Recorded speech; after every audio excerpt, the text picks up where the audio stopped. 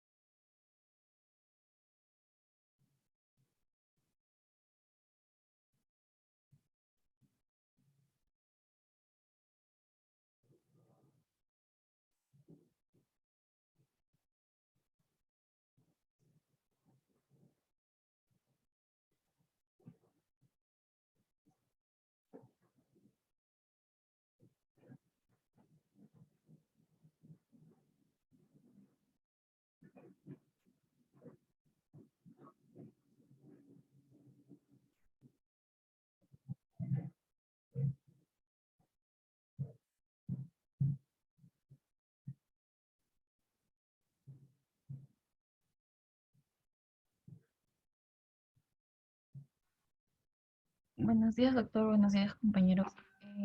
Hoy día vamos a hablar acerca de trastornos motores del sistema nervioso sensitivo central, perdón.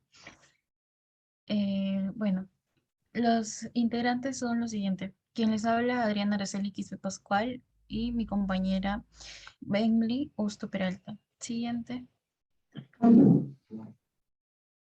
Ok, nuestra guía de base para este seminario el día de hoy va a ser el PORT de fisiopatología y otros artículos más adicionales. Siguiente. Ok, dentro del contenido vamos a otorgar lo que sería la organización y función como punto número 1. Punto número 2 va a ser lo que sería la función somatosensitiva, dolor y cefalea.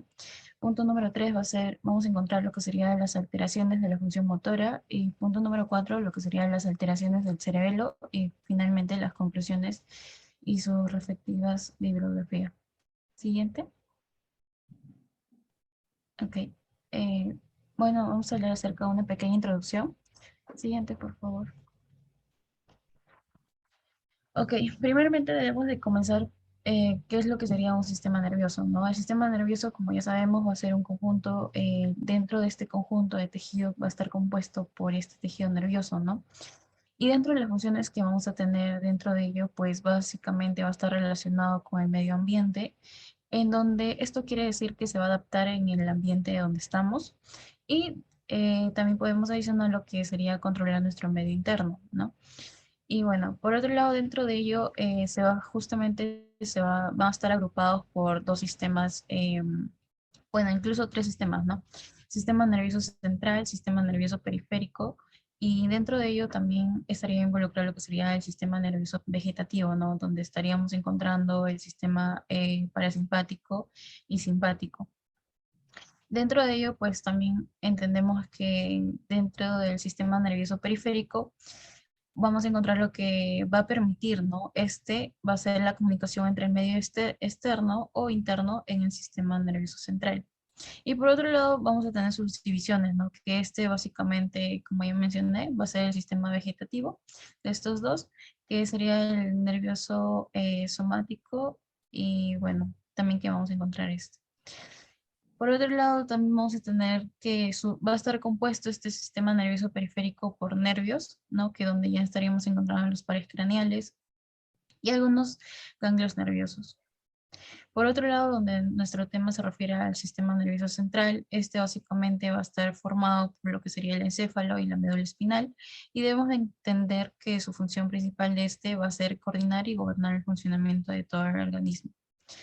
Y bueno, en lo que sería la médula espinal, este básicamente va a estar protegido por la columna vertebral, y lo que sería el encéfalo, básicamente esto va a estar subdividido por varias estructuras. Dentro de ello, pues principalmente vamos a tener lo que sería el encéfalo, dentro del encéfalo va a estar el tallo encefálico y el cerebelo, ¿no? Que ya después dentro del tallo encefálico estaríamos encontrando lo que sería el mesencéfalo, el puente o varolio, y el bulbo raquídeo, ¿no? Incluso. También por otro lado debemos entender de que va a estar involucrado dentro de ello el cerebro, también lo que sería el tálamo y el sistema límbico también, y que va a estar protegido por el hueso del cráneo. Bueno, por otro lado, también debemos entender de que este sistema nervioso central también va a estar conformado por células neurogliales, ¿no? Y estas células neurogliales básicamente van a estar compuestas por células de microglia, lo que serían los oligodendrocitos, también los astrocitos, también lo que serían las neuronas, algunos capilares, también las células epidimales, epidimales. Y bueno, dentro de ello, pues externamente se va a observar lo que sería el líquido cefalorraquídeo. Y tener en cuenta que también vamos a encontrar algunas vías, ¿no? Lo que serían las neuronas aferentes y eferentes, que estos ¿qué va a permitir? Va a permitir la vía de información. En lo que sería una vía aferente, básicamente va a enviar la información a lo que sería el sistema nervioso central, pero a comparación de una neurona eferente, va a enviar la información de la salida de este sistema nervioso central, ¿no? Esa sería la diferencia entre estos dos. Siguiente. Ok, dentro de lo que sería la estructura y función de la médula espinal y el encéfalo, básicamente aquí encontraremos de que, como ya se mencionó, van a estar protegidos por hueso, ¿no? Lo que sería el encéfalo, el cráneo, y lo que sería la columna vertebral por la médula. Dentro de ello, pues como ya se mencionó, que principalmente vamos a hablar de estos tres, ¿no? Lo que sería el cerebro, el cerebelo y el bulbo raquídeo, por el cual estarían formando en donde vamos a tener que en el cerebro básicamente va a estar formado por sustancia gris y sustancia blanca, y cabe recalcar de que la sustancia gris pues va a estar conformada por algunos cuerpos neuronales y dendritas, ¿no?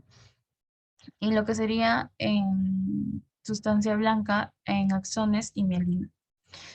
También debemos recordar que va a tener un peso de aproximadamente de 1.200 kilogramos.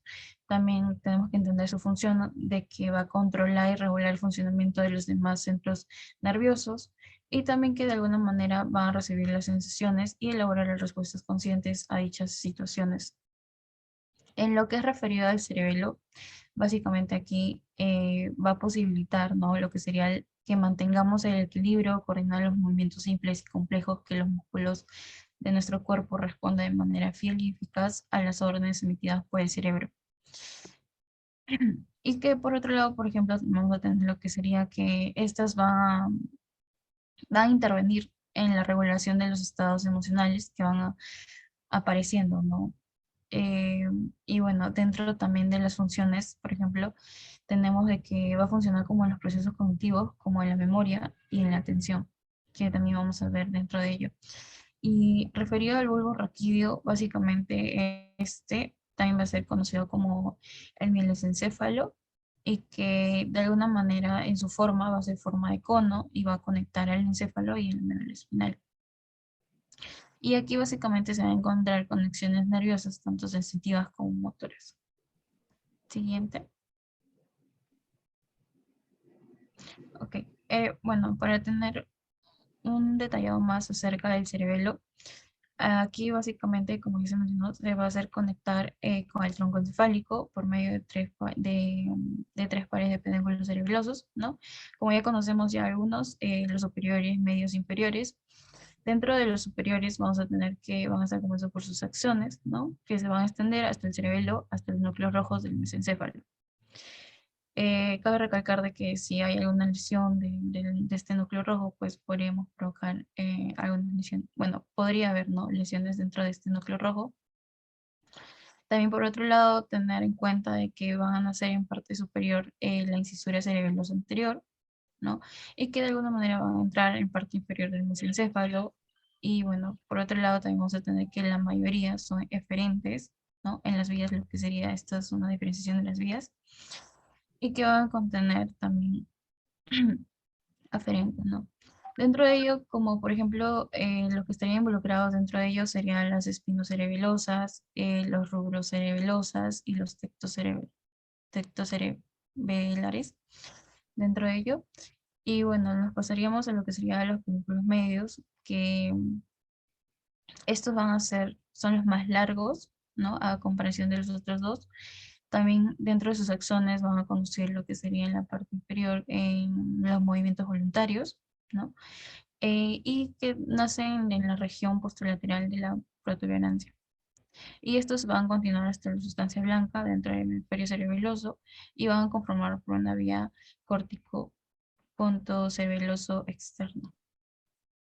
En lo que serían los pedúnculos cerebelosos inferiores, estos básicamente conectan al cerebelo con la médula oblongada, y que de alguna manera van a estar formados por las fibras aferentes, ¿no?, que dentro de ellos van a estar de los tractos. Y tenemos diferenciaciones que serían los cuneo-cerebelosos, los olivocerebelosos y los reticulocerebelosos, ¿no? Incluso también estarían involucrados los espinocerebelosos posterior y los vestíbulos cerebelosos. Siguiente. Ok, dentro de lo que sería la médula espinal, como ya se mencionó, va a estar protegido lo que sería por la parte cervical. Aquí básicamente dentro de sus características van a ser que va a ser un largo cordón del tejido nervioso que recorre el inferior de la columna vertebral y que su longitud aproximadamente es de 50 centímetros y su diámetro de 1 centímetro.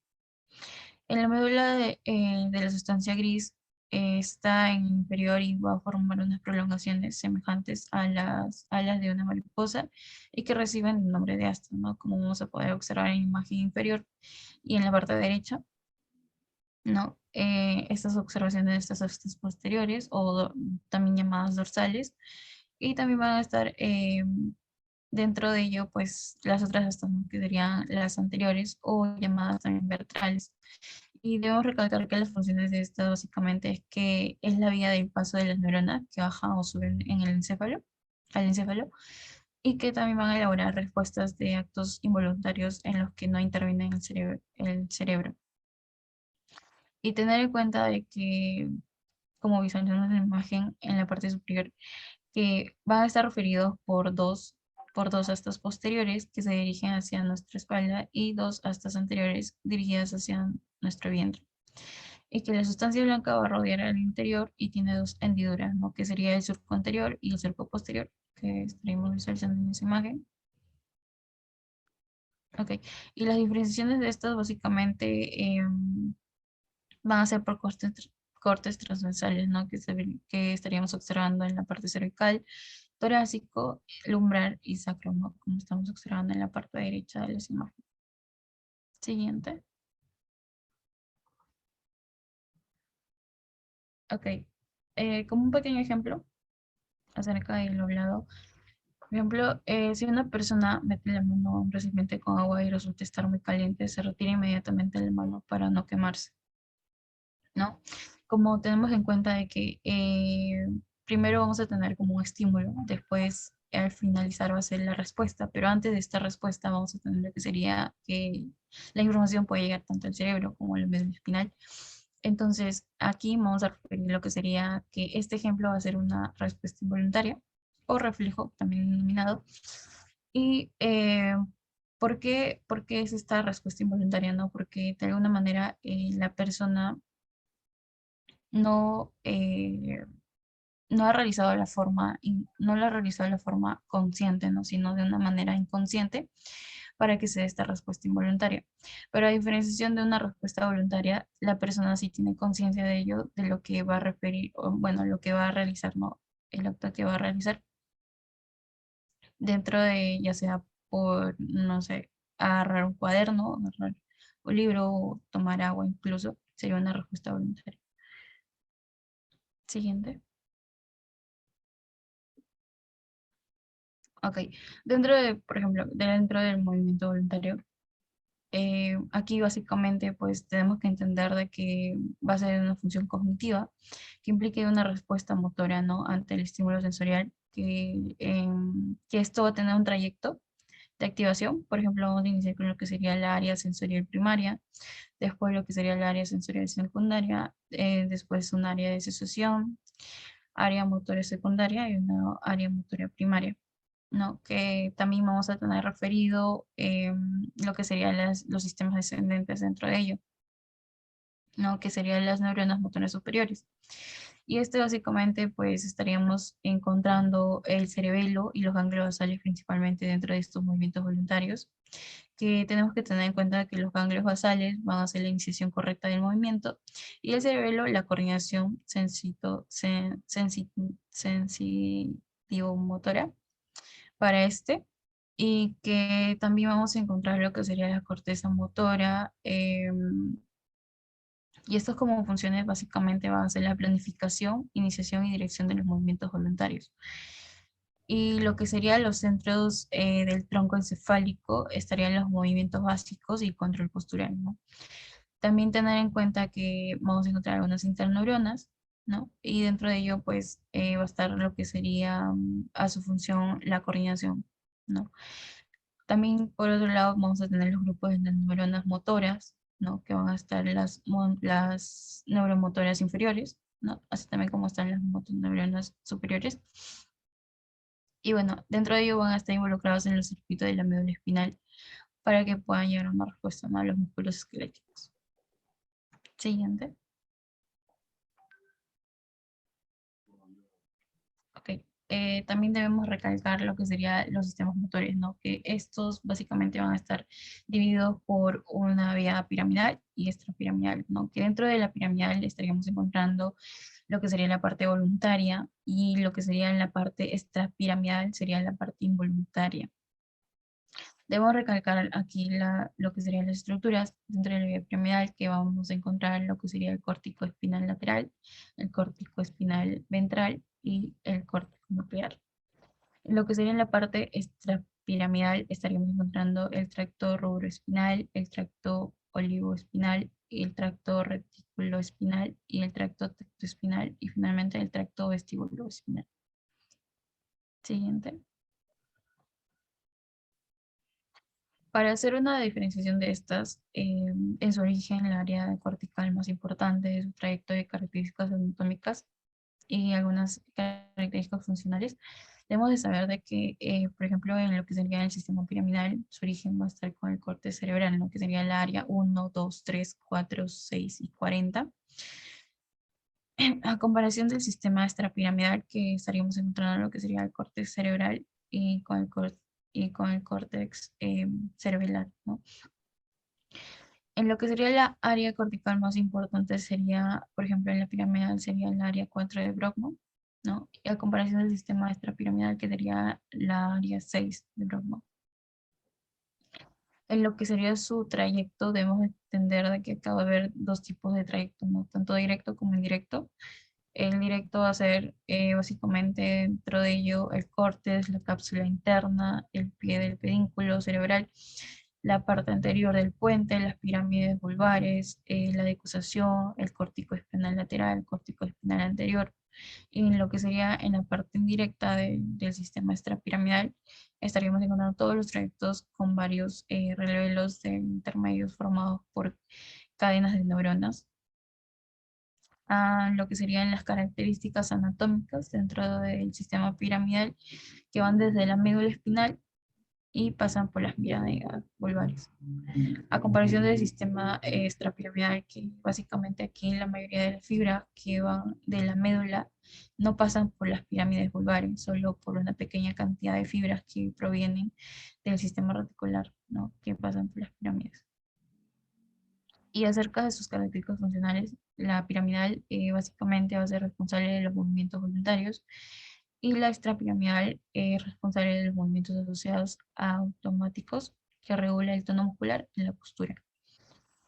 También por otro lado vamos a tener lo que serían las lesiones clínicas. Aquí en el sistema piramidal podemos encontrar algunas parálisis y en el sistema extrapiramidal podemos encontrar que algunos movimientos involuntarios, ¿no? Espontáneos y alteraciones del tono muscular, como el Parkinson, ¿no? Dentro de ello que estarían las manifestaciones clínicas, el temblor.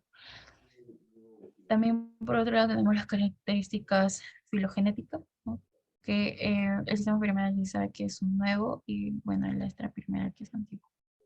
Siguiente. Y como punto número 2 vamos a tener la función somatosensitiva dolor y cefalea. Aquí vamos a observar. Siguiente. Ok. Como una breve intro en el sistema somatosensitivo, básicamente aquí su función principal va a ser lo que sería el transmitir información en 4 modalidades, ¿no? Tanto temperatura, posición corporal y cabe recalcar de que estos se van a dividir en tanto sistema somatosensitivo propioceptivo y esteroceptivo. Y que básicamente aquí vamos a observar 3 tipos de neuronas, tanto neurona de primer orden como neurona de segundo orden y neurona de tercer orden, ¿no? Esto es lo que va a ser la información que va a ser transmitida. Y que, por ejemplo, en la neurona de primer orden, vamos a observar que transmiten información de los receptores sensitivos, ¿no? Y eso vamos a estar observando en la imagen inferior que podemos ver en la pantalla.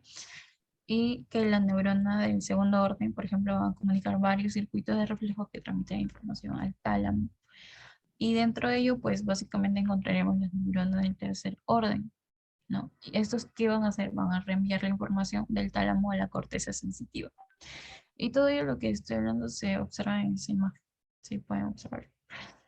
Primer orden, segundo orden y tercer orden, ¿no? Que está la corteza somatosensitiva. Siguiente. Ok, lo que sería para hacer la diferenciación, ¿no? Dentro del sistema sensitivo propioceptivo, de que este básicamente va a tener una sensibilidad táctil superficial y su localización exacta de estímulos mecánicos suaves, como el roce. Y lo que sería la vibración, básicamente se debe utilizar el diapasón sobre los prominentes óseas. Y por otro lado, también vamos a tener de que este va a ser una sensación de posición o postura de las partes óseas del cuerpo. Y que básicamente también vamos a encontrar diferenciaciones, ¿no? Según el orden de los neuronas. Por ejemplo, en lo que serían las neuronas del primer orden, ahí vamos a tener lo que serían sus características. Dentro de ello van a ser neuronas uniculares, localizadas en la raíz dorsal. También vamos a encontrar prolongación central, que penetran en la médula espinal, en la parte más medial de las raíces dorsales. También tenemos lo que sería que se van a dirigir, ¿no? Medialmente por el cordón posterior, donde giran y ascienden dentro de ello. En lo que serían las neuronas de segundo orden, estos básicamente van a estar localizados en los núcleos gráciles cuneiforme dentro del bulbo raquídeo. También tenemos lo que sería que va a cruzar las líneas medias para integrar el menisco medial y que va a llegar al núcleo ventroposterior lateral del tálamo. Lo que serían las neuronas del tercer orden, básicamente aquí las acciones procedentes de las neuronas del núcleo ventroposterior lateral van a penetrar el brazo posterior de la cápsula interna. también vamos a tener que van a terminar, ¿no?, en la corteza somatosensorial primaria, que esta va a estar localizado en la circunvolución postcentral del área de broma de 1, 2 y 3, y que también que la cara y extremidad superior dorsal de la circunvolución, parte inferior y la extremidad inferior en la región superior. Siguiente. Ya. A comparación del sistema sensitivo esteroceptivo, que básicamente aquí tenemos que tener en cuenta que a diferencia del anterior que hemos hablado del propioceptivo, este tiene un concepto en el cual su especificidad de las sensaciones no está dada primariamente por los receptores, ¿no?, sino que más bien va a ser por una vía nerviosa utilizada y su procesamiento central. Eso es lo que lo diferencia del propioceptivo. Y que los receptores, a pesar de no ser específicos, representan umbrales menores para los distintos tipos de sensación, ¿no? Como podemos observar, los receptores del tacto, también los receptores del ay, receptor del frío, también vamos a tener aquí distintos receptores, ¿no? Del calor también, ¿no?, que básicamente estos van a estar ubicados más que todo en la piel. Y cabe recalcar que tenemos una mayor cantidad de receptores de frío que de calor. Por otro lado, también que cada asta dorsal de alguna manera van a recibir todas las referencias de la piel, músculo, tejido conjuntivo, ligamento y tendones que están dentro de la distribución de un segmento o dermatoma. Y por otro lado debemos entender que estos dermatomas también que son de especial importancia para la localización de las afecciones de las raíces y localizar algunos niveles medulares. Siguiente. Okay. Al igual como el propioceptivo, este también va a tener neuronas de primero, segundo y tercer orden. En el primer orden vamos a observar que las fibras que salen de las sustancias gelatinosas se cruzan en la comisura anterior. También vamos a tener por otro lado que después van a cruzar hacia el lado contralateral de los axones y que de alguna manera van a alcanzar la parte anterior del cordón lateral y ascienden en el tracto espinotalámico lateral. Y finalmente vamos a tener lo que sería el fascículo espinotalámico lateral que asciende en la región lateral del bulbo y se estremece en lo que sería el menisco medial del mesencéfalo, en el mesencéfalo. Por eso lo que serían las neuronas de segundo orden, aquí básicamente las fibras que salen de la sustancia gelatinosa se cruzan de la comisura anterior y después que cruzan hacia el lado contralateral de los axones van a alcanzar una parte anterior del cordón lateral y que ascienden en el tracto espinotalámico lateral. Y finalmente vamos a tener lo que sería el fascículo espinotalámico lateral que asciende en la región lateral del bulbo y se estremezca en el menisco medial, en el mesencéfalo, ¿no? Casi similar como en las neuronas del primer orden. Ya. Y que aquí vamos a observar lo que sería, por ejemplo, van a estar las fibras del tacto profundo que hicieron sinapsis en el asta dorsal y que estos van a decusar, ¿no?, y forman el haz espinotalámico ventral. Y que esto básicamente va a ser la unión del tracto espinotalámico lateral en el bulbo. Siguiente. Ya. Aquí, como observamos en las imágenes, van a estar asociados con lo que serían las áreas de Brodmann y, bueno, también lo que serían las conexiones, ¿no?, para llegar a la corteza sensorial. Dentro de ello, lo que sería la neurona del tercer orden, básicamente estaríamos encontrando que el tracto espinotalámico asciende por el menisco medial hasta el núcleo ventroposterolateral del tálamo. Y aquí está la tercera neurona que penetra por el brazo posterior de la cápsula interna. Y que de alguna manera va a proyectar sus fibras de alta corteza postcentral, ¿no?, que van a estar asociadas dentro de ello el 1, 2 y 3. Y que cabe recalcar de que como una nota que puse en la parte inferior, la sensación del dolor del tacto y la temperatura de la cabeza y cuello se hace a través del núcleo final del trigémino y que se va a unir al tracto espinotalámico como el disco trigeminal. Siguiente.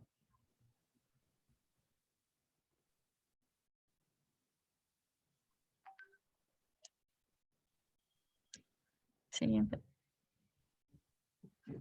Ya, ahora sí.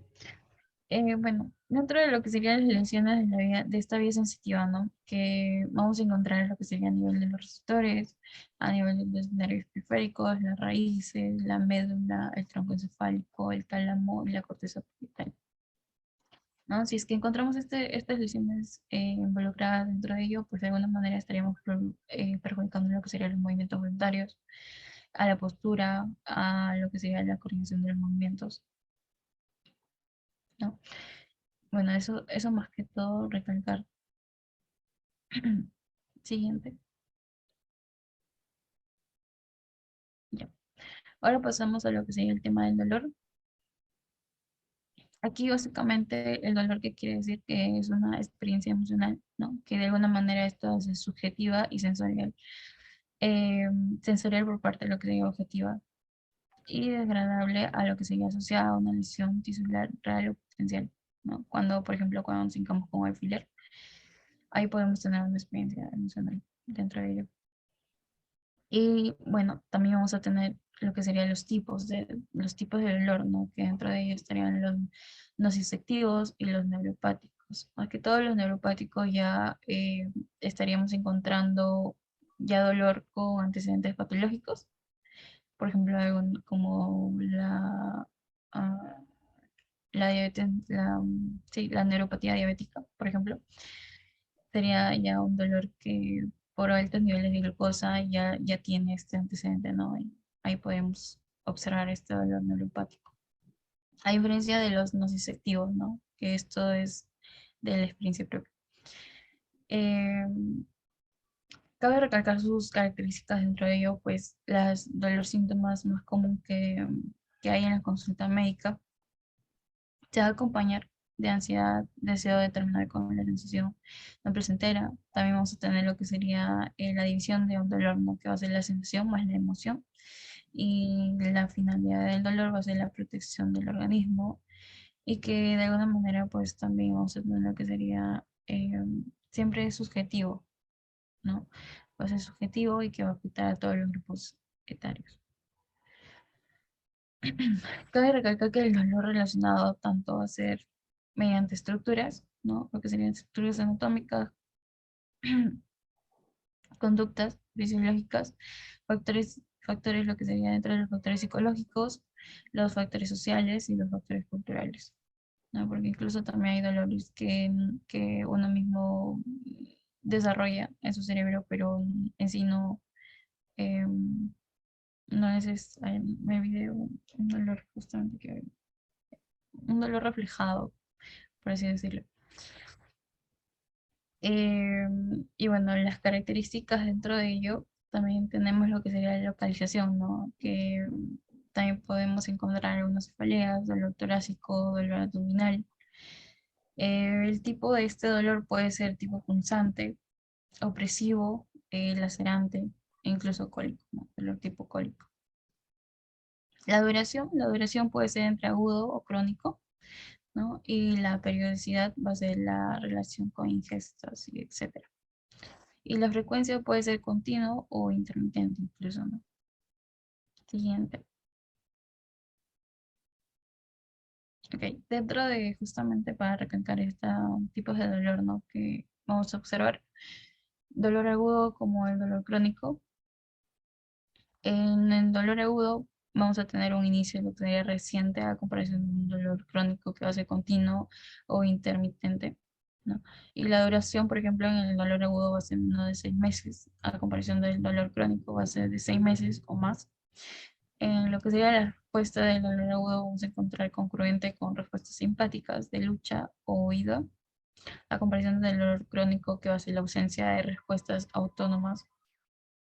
En lo que sería el dolor agudo vamos a encontrar lo que sería también aumento de la frecuencia cardíaca, incremento de volumen sistólico, aumento de la presión arterial, mayor dilatación pupilar, aumento de la tensión muscular, disminución de la motilidad intestinal, la reducción del flujo salival, que dentro de ello estaremos encontrando la serostomía, y que también vamos a encontrar, por ejemplo, en los componentes psicológicos, en un dolor agudo puede estar relacionado con la ansiedad, o en lo que sería un dolor crónico, ¿no? Que va a aumentar la irritabilidad asociada a la depresión, la preocupación somática, la retirada de intereses externos, la disminución de la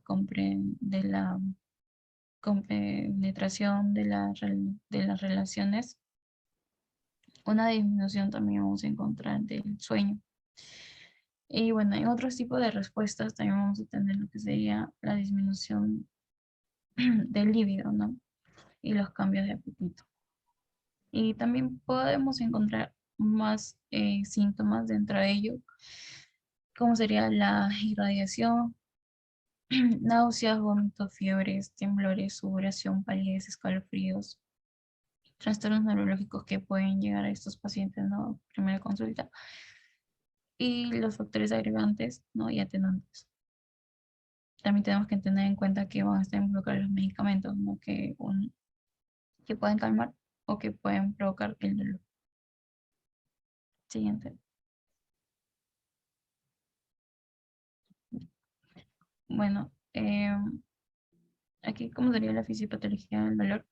Básicamente aquí las causas del dolor se pueden inducir, ¿no? Un daño tisular, como ya hemos referido, puede ser de dos tipos de dolor, tanto neuropático como nociceptivo. Esto lo que va a provocar va a ser una liberación, ¿no? Dentro de ello, la liberación de estas sustancias, ¿no? De potasio, serotonina, bradyquinina, histamina, prostaglandinas, leucotrienos y sustancias, ¿no? Que podemos encontrar. Después esto lo que va a inducir va a ser una despolarización de los receptores nociceptivos, ¿no? Que va a ser la creación de impulso nervioso y lo que va a permitir una transmisión a los niveles superiores, por el cual vamos a sentir el dolor. Siguiente.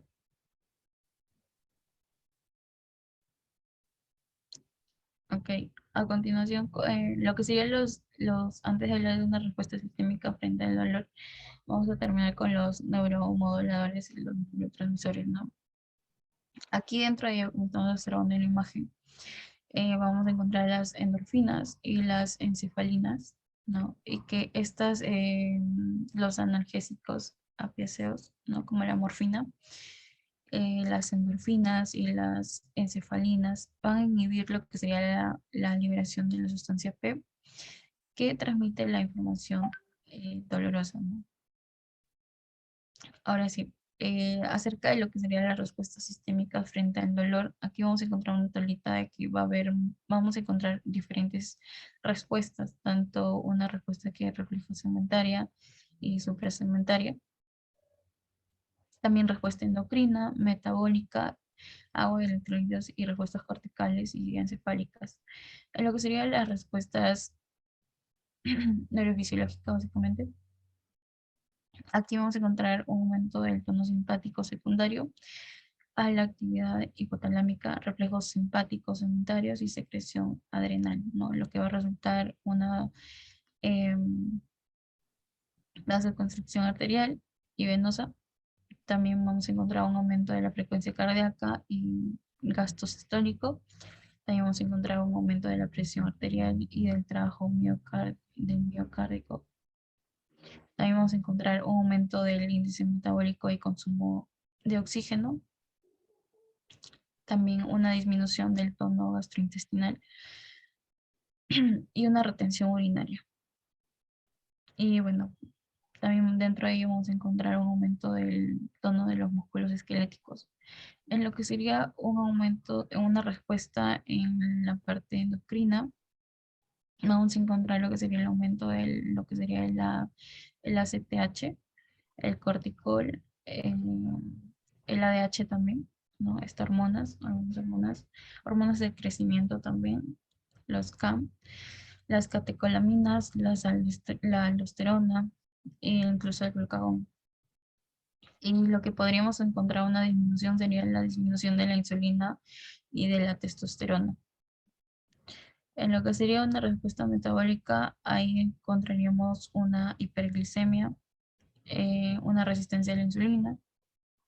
También tendremos lo que sería un hipermetabolismo de proteínas musculares, también un aumento de la lipólisis. Y en lo que sería aguas y electrolitos, ahí hemos encontrado una retención de estos, ¿no? Tanto de agua, sodio y excreción de potasio. Y una disminución del líquido extracelular funcional. Y finalmente, las respuestas corticales y diencefálicas, estaríamos encontrando la ansiedad, miedo que aumenta en la respuesta hipotalámica, sufrimiento y respuesta psicológica. Siguiente.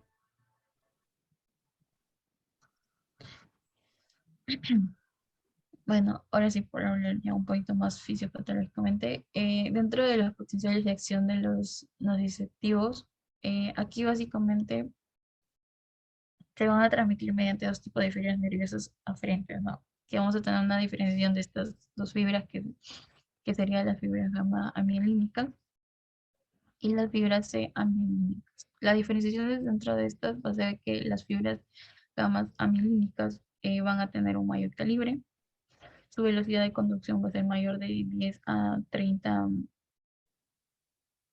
segundos. También van a transmitir dolor rápido o va a ser el primer dolor. Y que el dolor va a estar asociado a estímulos mecánicos o térmicos. En comparación a lo que serían las fibras C amielínicas, estas van a ser las fibras más delgadas de todas las fibras nerviosas periféricas. Su velocidad de impulso va a ser nervioso que es de 2.5 segundos. Y que también van a transmitir dolor, ¿no? De onda lenta o segundo. El dolor se instala más lentamente y es más duradero. También se va a producir por estímulos químicos, mecánicos o térmicos persistentes. Siguiente.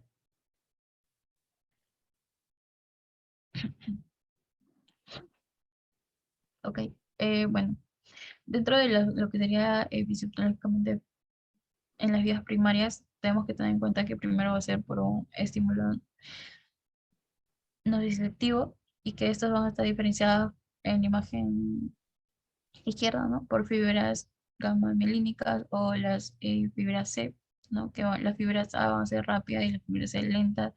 Estos van a ir a lo que sería el ganglio de la raíz dorsal. Después pasarían a lo que serían las fibras primarias del tacto, donde dentro de ello vamos a encontrar el circuito de la modulación de la médula espinal y el cuerpo posterior. Y aquí básicamente se van a alzar al tronco cerebral. Después pasarían tanto a los centros corticales como al tálamo. Después pasarían a lo que sería el hipotálamo o la corteza límbica, incluso en la corteza son a la corteza son cilíndrica primaria, a la primaria, sí, primaria. Y después finalmente a la corteza de asociación. Lo que sería después, para que llegue también una, por ejemplo, en lo que sería en la corteza límbica, ahí también vamos a tener algunas estructuras que van a estar asociadas a lo que va a llegar a lo que sería a la sustancia gris. Y también algunas neuronas, ¿no? También esto después ya estaríamos involucrados en lo que sería ya al núcleo magno de la raíz medular. Y así volvería a ser una cadena. En la imagen derecha, como se puede observar, por ejemplo, como un ejemplo dentro de ello, de que primero lo que podría provocar un daño original que inicia el impulso doloroso y que va a ser transportado por los nervios del sistema nervioso central, ¿no? Que después, básicamente, vamos a tener lo que sería el impulso doloroso que va a ser estimulado en lo que sería el sistema nervioso simpático y este estímulo regresa a lo que sería el área afectada originalmente, que sería el estímulo simpático que causa una respuesta inflamatoria con espasmos vasculares, edemas, aumento de dolor. Y bueno, finalmente vamos a tener lo que sería el dolor a su vez que causa una nueva respuesta simpática y se establece hacia un circuito vicioso de edema y dolor, ¿no? Como estamos observando toda una cadena, la cadena nerviosa simpática. Siguiente.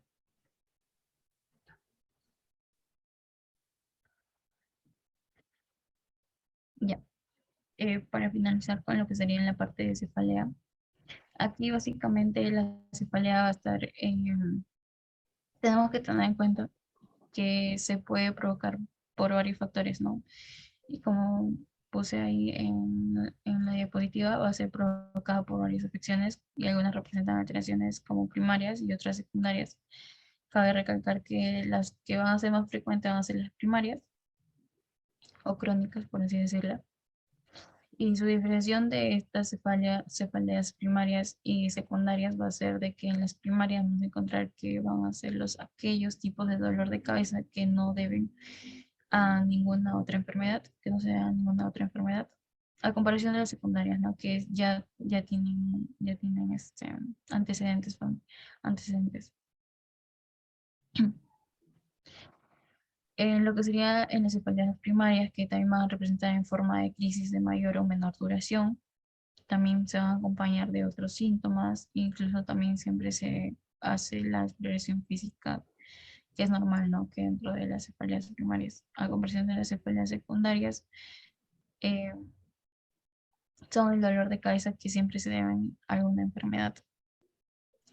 Siempre se acompañan también de otros síntomas que muchas veces llaman más la atención, también que es propio de este y que casi siempre se detectan con alteraciones en la exploración física. Como puse abajo, las principales, y vamos a tener en cuenta las que van a estar involucradas en las primarias o crónicas, van a ser tanto la migraña, principalmente, después vendrían a ser otras cefaleas que son de tipo raro y muy poco frecuente, las cefaleas tensionales, las cefaleas en racimo, las cefaleas crónicas. En comparación de las causas de las cefaleas de tipo secundaria que van a ser benignas y que algunas son indicaciones como alteraciones como algunas enfermedades que vendría a ser meningitis, tumor cerebral o incluso aneurisma cerebral.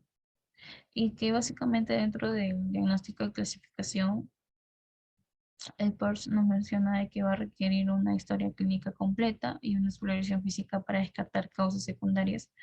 Y dentro de la historia clínica debemos incluir los factores que precipitan el dolor de la cabeza, ¿no? Como, por ejemplo, como es los alimentos de la paciente o de la persona. Incluso los antecedentes farmacológicos, ¿no? Porque cabe recalcar que los fármacos también a mayor dosis pueden provocar algunos RAMs y que estos pueden provocar algunas cefaleas en las personas. Siguiente.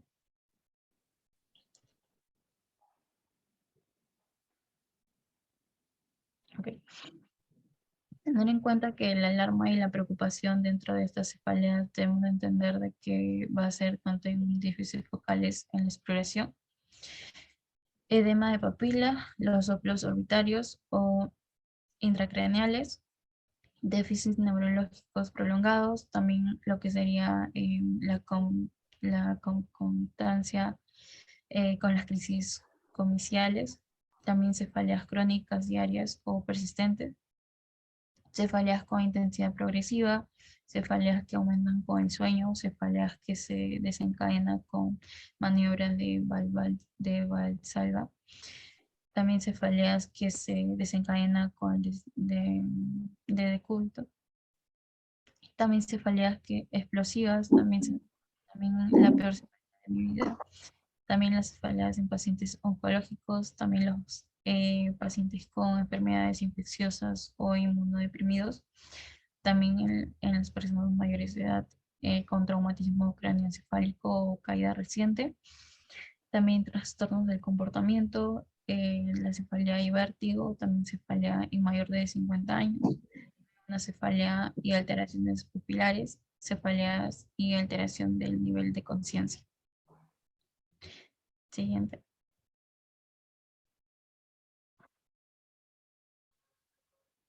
Ok. Para tener en cuenta que como siempre va a ser una clave de observación de la migraña. Dentro de ello puse una imagen, la fase de esta, ¿no? Que primero debemos de tener un inicio de pocas horas o a días. ¿Y esto qué manifestaciones clínicas podemos encontrar? Podemos encontrar lo que sería la irritabilidad, la depresión, los bostezos, aumento de ganas de orinar, lo que serían los antojos de comida, la sensibilidad a la luz, los sonidos, los problemas en las concentraciones, la rigidez, la fatiga muscular, dificultad en el habla y la lectura, náuseas y dificultad para dormir. A la comparación de lo que sería de 5 a 60 minutos una migraña, podemos encontrar lo que serían los trastornos visuales, pérdidas temporales de la visión, entumecimiento y hormigueos en partes del cuerpo, a comparación de lo que sería dentro de 4 a 72 horas, que esto sería denominado un ataque migraña. Y las manifestaciones clínicas sería palpitación, perforación, pica hielo en la cabeza, ardiente, náusea, vómito, mareo, insomnio, congestión nasal, ansiedad, ánimo deprimido, sensibilidad a la luz, a olores, al sonido, dolor, rigidez del cuello. Y bueno, ya después, cuando pase un periodo de 24 a 48 horas, que sería denominado postdromo, aquí vamos a encontrar lo que sería dificultad para concentrarse, fatiga, ánimo depresivo, ánimo eufórico, la falta de la comprensión. Eso vendría a ser siguiente.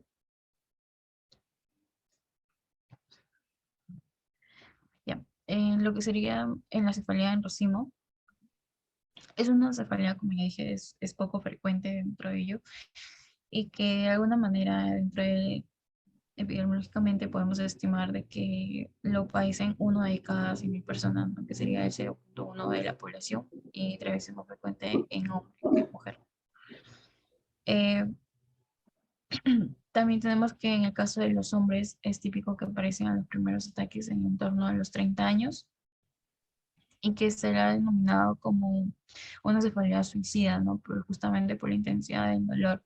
Y como ahorita vamos a ver, las características habituales de esta cefalea en racimo va a ser que el dolor va a ser alrededor del ojo o la sien. También el dolor que es siempre del mismo lado. El dolor es de gran intensidad y se inicia rápido. Dura alrededor de 30 minutos, aunque puede durar desde 15 minutos a horas. En lo que sería es una alteración física, encontraríamos lo que sería enrojecimiento, lagrimeo, caída del párpado, también la sensación de la congestión nasal, también la caída del líquido claro por la nariz. Y lo que sería su estado emocional, básicamente estaría el paciente intranquilo, la necesidad de moverse y pasear, y en ocasiones se puede mostrar cierta agresividad. Siguiente. Ya. Cabe recalcar que también dentro de la cefalea del racimo, algunas alteraciones físicas que afectan a la zona ocular estarían involucrados lo que sería un edema palpebral, enrojecimiento, caída del párpado y lagrimeo, ¿no? Como estamos observando en la imagen. Y que dentro de su diagnóstico, básicamente, como ya se mencionó antes, por el PORCH puede ser una exploración física primero para encontrar una alteración. Y ya después podemos recurrir a lo que sería una prueba de neuroimagen, ¿no? Por ejemplo, la tomografía computarizada, la resonancia magnética craneal. Y dentro de su tratamiento básicamente va a ser analgésico o preventivo incluso, analgésico vía por oxígeno o algunos fármacos como el sumatriptan inyectable o el solmitriptan nasal. En lo que sería de prevención, básicamente sería de transición y crónica. En lo que sería de transición serían los corticoides y los bloqueos nerviosos.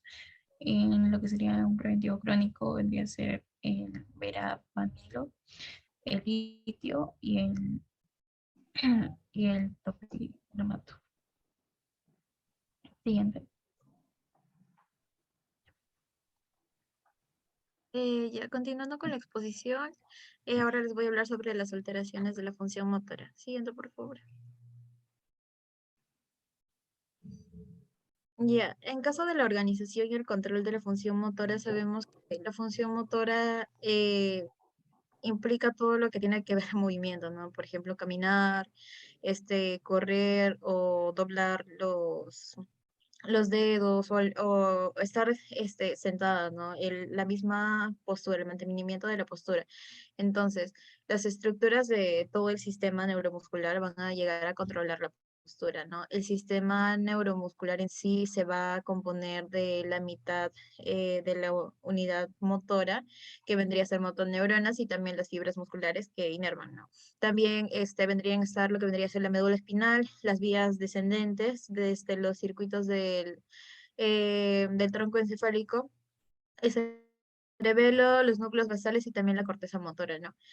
Si hablamos en sí de de la organización del movimiento, aquí vamos a encontrar como que niveles, ¿no? Como la literatura menciona niveles de jerarquía. Si vemos de menor a mayor, en el nivel menor vamos a tener a la médula espinal, que como mencionó mi compañero, nos va a contener circuito reflejo básico necesario para que podamos coordinar la función de unidades motoras involuntarias eh, o también voluntarias, ¿no? En movimientos planificados. Ahora, encima del nivel de la médula espinal, vamos a tener al tronco del encéfalo, ¿no? Y encima de va a estar los núcleos basales, el cerebelo, ¿no? Que van a llegar a modificar las acciones de los sistemas del tronco encefálico. Y ya como que en un top, en el primer top, en el nivel más alto de esta jerarquía, más o menos va a estar este nivel de la corteza frontal, ¿no? Que en sí va a encargarse del movimiento planificado y también como que un movimiento más dirigido. En caso de la médula espinal, ah, como en resumen, porque ya mi compañero explicó, esto va a tener circuitos neuronales que controlan varios reflejos y movimientos rítmicos automáticos, ¿no? Los circuitos más sencillos van a ser los monosinápticos, o sea que solamente van a contener una motoneurona primaria, ¿no? Pero en sí casi todos los reflejos van a ser polisinápticos, que van a tener de una a más interneuronas interpuestas. Entonces, las interneuronas y las motoneuronas también van a recibir impulso de los axones descendentes de los centros superiores. Entonces, estas señales supraespinales van a poder modificar las respuestas reflejadas ante un estímulo periférico, ¿no? Para que pueda facilitar o inhibir las diferentes poblaciones de interneuronas. Ahora, con respecto al tronco del encéfalo, va a contener dos vías descendentes, las vías mediales y las laterales. Las vías mediales van a ser los que aportan el sistema de control postural básico, ¿no? Que emplean las áreas motoras corticales para organizar movimientos como que bastante diferenciados.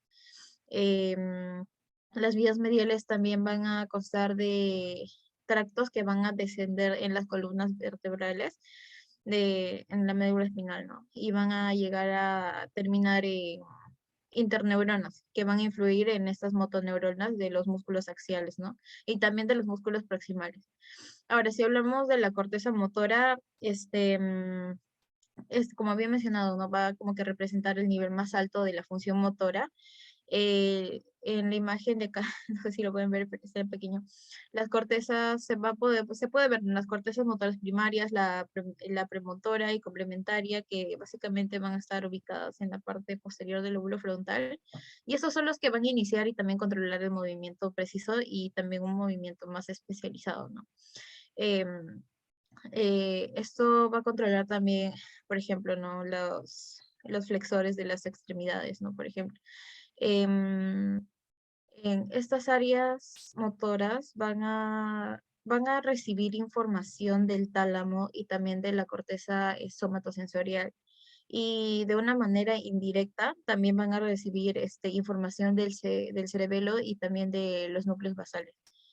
Entonces, la corteza motora primaria va a ser conocida también como la franja motora. Y esta va a estar localizada también en la superficie superior y las porciones del surco central. La corteza motora primaria lo que va a hacer es controlar las secuencias del movimiento muscular, ¿no? También va a ser el primer nivel control descendente para los movimientos más finos, ¿no? Y las neuronas en la corteza primaria que van a estar dispuestas en una forma somatotrópica van a ser llamados como homúnculo motor. A ver, ¿qué más? Siguiente, por favor. Vamos. Ya. Ahora, para hablar sobre los reflejos medulares, primero tenemos que saber qué es un reflejo, ¿no? Como había mencionado mi compañera, básicamente van a ser respuestas motoras, no coordinadas, que van a ser involuntarias. Habíamos visto ya el ejemplo de si ponemos la mano en un agua que está hervida, el reflejo va a ser sacarlo, ¿no? Automáticamente. Entonces, hay algunos reflejos como esta, ¿no? Como el de retirada, que van a iniciar movimientos para evitar estas situaciones riesgosas, ¿no? Entonces, las bases anatómicas del reflejo en sí consisten en una neurona aferente que va a ser sinapsis, ya sea, por ejemplo, de una forma directa con una neurona efectora que va a inervar ese músculo o con una interneurona que va a ser sinapsis con una neurona efectora, ¿no? Ahora, un reflejo puede involucrar neuronas en un solo segmento de la médula o también en varios segmentos, ¿no? Si es solamente si es un segmento, se va a llamar reflejos segmentarios, pero si es varios segmentos, se va a llamar reflejos intersegmentarios. Y si son, por ejemplo, estructuras en el cerebro, van a ser reflejos suprasegmentarios. Ahora, hay diversidad de, ¿cómo se llama? Una cantidad bastante importante de circuitos de reflejos, ¿no? En la médula espinal para que haya un control de los movimientos coordinados y en particular de aquellos encargados de la locomoción, ¿no? Por ejemplo, aquí hay reflejos de estiramiento y también de tono muscular que ya varios conocemos. Por ejemplo, primero voy a hablar sobre los receptores reflejos de estiramiento, en donde los músculos esqueléticos aquí están compuestos por dos tipos de fibras musculares. En un mayor porcentaje va a ser de fibras extrafusales que van a llegar a controlar el movimiento, ¿no? Y en un menor porcentaje va a ser fibras intrafusales. Y estas fibras intrafusales van a llegar a controlar lo que vendría a ser el tono muscular. Ahora, las fibras intrafusales van a llegar, bueno, en sí van a estar encapsuladas en vainas y van a formar el uso muscular, ¿no? Como sabemos. Y cada fibra extrafusal va a estar inervada por una fibra nerviosa sensitiva que va a rodear la porción central no contráctil, ¿no? De esa fibra, para que llegue a formar la terminación anuloespiral. Ahora, dado que estos usos están orientados en paralelo, las fibras musculares extrafusales, el estiramiento de estas fibras extrafusales también como que va a ocurrir en las fibras del uso, ¿no? Y también esto llegaría como que a estimular la terminación receptiva de una neurona aferente. Ahora, en caso de los centros reflejos medulares, acá tenemos los impulsos aferentes de la fibra sensitiva, la del uso muscular, van a ser transmitidos a la médula espinal, ¿no? Y aquí es donde van a ser sinapsis con las motoneuronas alfa del músculo estriado, ¿no? Para que puedan formar este arco reflejo monosináptico. Y si recuerdan, el arco monosináptico era así porque la sinapsis separa como que el impulso sensitivo, ¿no? El impulso sensitivo primario de la motoneurona. Ahora, la contracción muscular va a reflejar si resiste un mayor estiramiento del músculo, ¿no? Entonces, conforme se presenta esta actividad de poder reflejar esa contracción medular, ¿no? Va a llegar a transmitir impulsos de que van a dar información de la longitud del músculo, ¿no? A los centros superiores del cerebro. Ya continuando con las conexiones de los centros cerebrales, acá vamos a ver que las fibras musculares van a estar inervadas por las motoneuronas, ¿no? Las fibras extrafusales van a ser motoneuronas alfa, que van a provocar esta contracción muscular, ¿no? Y las intrafusales van a ser motoneuronas gamma, y van a ser como que más pequeñas. Y estas van a llegar a controlar también la sensibilidad del reflejo del estiramiento, ¿no? Ahora, las fibras descendentes de las fibras motoras van a hacer sinapsis tanto con las motoneuronas alfa como las gamma. Y los impulsos se van a enviar como que simultáneamente, ¿no? A las fibras extrafusales grandes y también a las intrafusales, para que puedan mantener como que la tensión del uso muscular. Y bueno, hay otro reflejo que ya todos conocemos, lo hemos visto desde Morfo 2, el reflejo rotuliano, que como sabemos, ¿no? Ocurre cuando golpeamos ligeramente la rodilla con un martillo, ¿no? Y esto sirve para probar estos reflejos, ¿no? Y determinar como que la integridad del arco reflejo del estiramiento del cuádriceps, ¿no?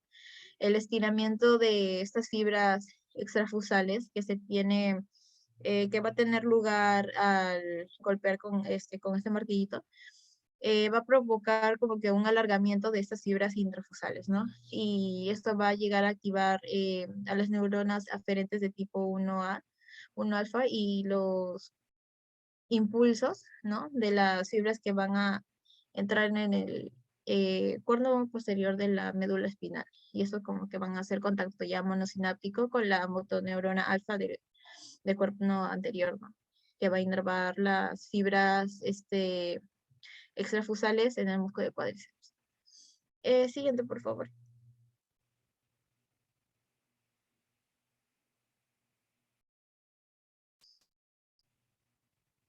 Se cambió la PPT.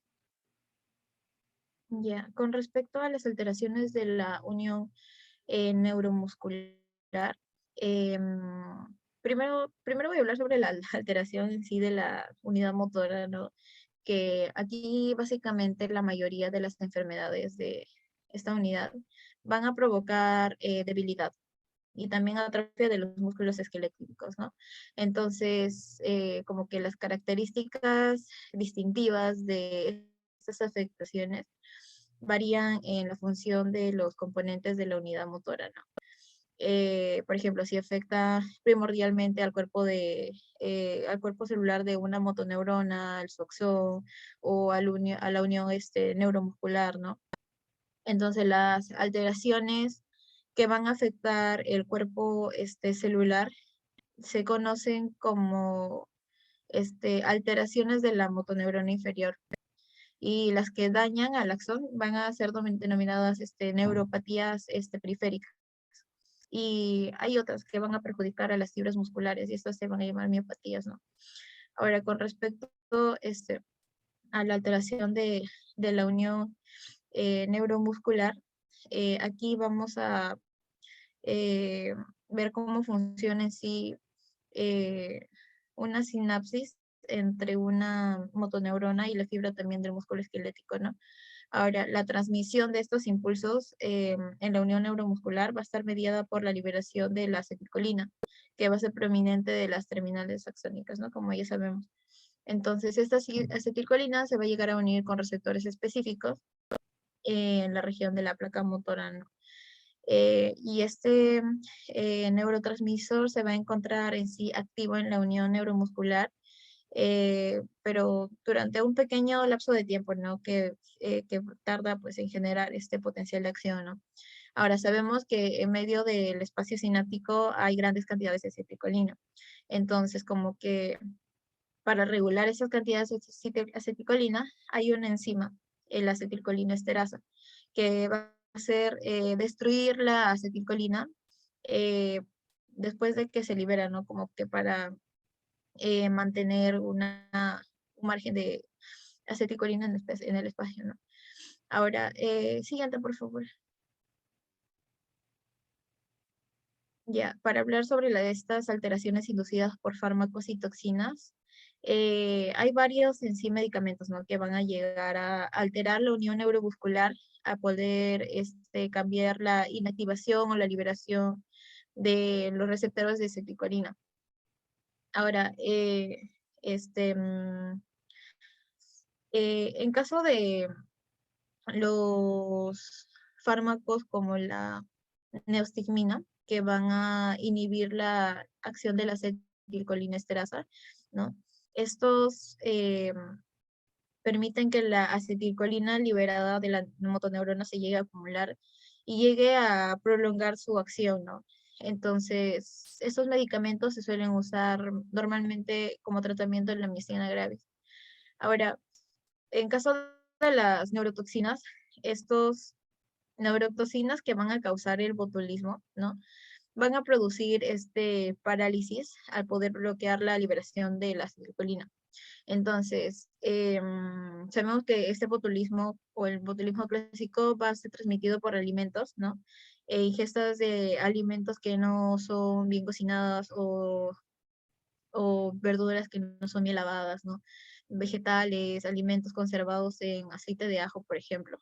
Entonces, la ingesta de esporas va a provocar la síntesis de estas toxinas, ¿no? Y su absorción desde el tubo digestivo, ¿no? Entonces, ahora, en un artículo mencionaba que el botulismo en la lactancia es como que la variante más frecuente que es informada de esta enfermedad, ¿no? Y esto se va a deber a la ingesta de esporas, ¿no? Entonces, en general, mencionaba que los lactantes iban a desarrollar botulismo por ingerir estas esporas que van a hallarse normalmente tanto en el suelo como en derivados de la miel, ¿no? Ahora, las características clínicas de esta afección van a incluir estreñimientos, anomalías en los nervios craneales, hipotonía, disnea y bueno, otros síntomas frecuentes, ¿no? Como por ejemplo, la dificultad para hablar, la disfagia, parálisis. A veces suele ocurrir lo que vendría a ser la retención urinaria, pero el estreñimiento normalmente puede presentarse en estos pacientes lactantes, ¿no? Por un eh, breve lapso de tiempo, ¿no? Ahora, con respecto al, a la amino, aminoglucósidos,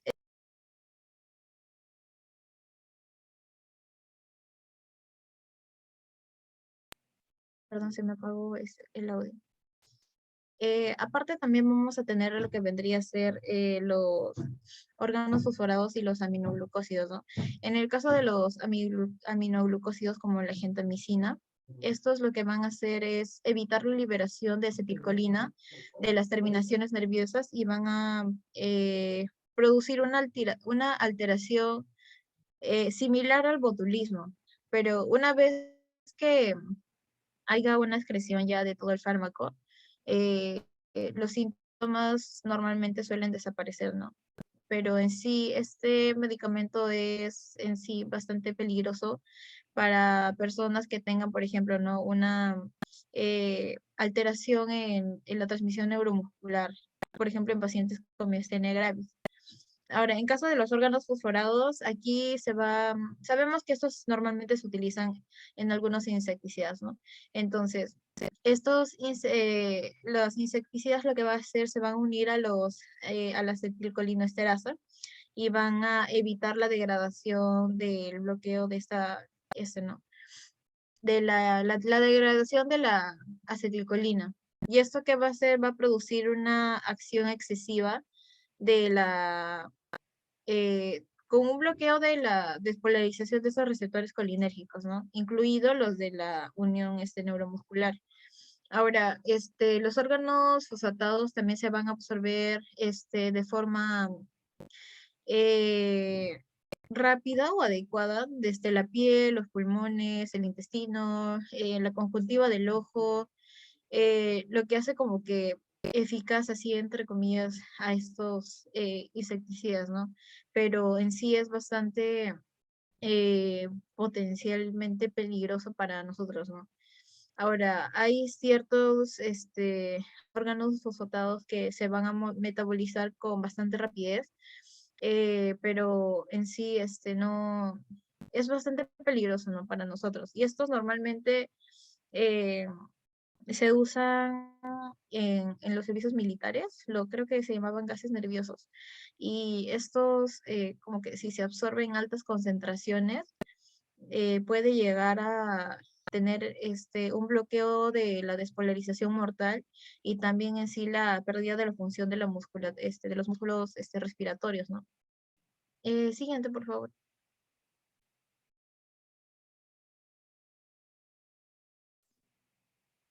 Ya, con respecto a la miastenia gravis o miastenia grave, es una alteración de la transmisión de la unión neuromuscular, ¿no?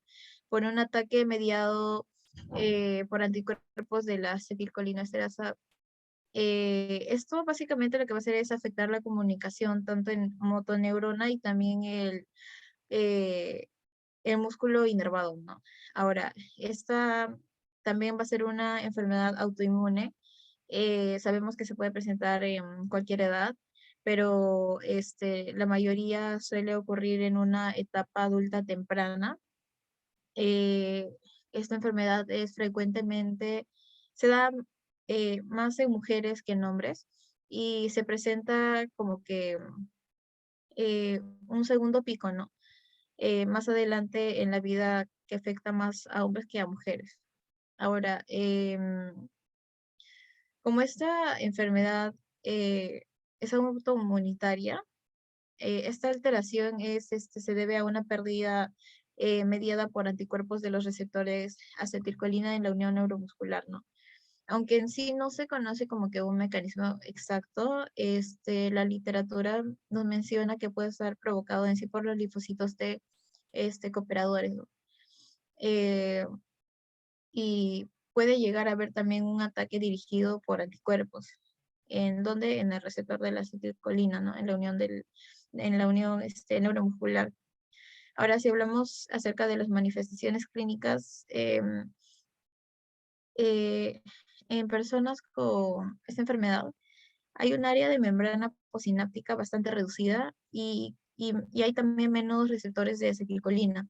Y cada liberación de acetilcolina desde la membrana presináptica va a causar como que un potencial en la placa motora de una menor amplitud, ¿no?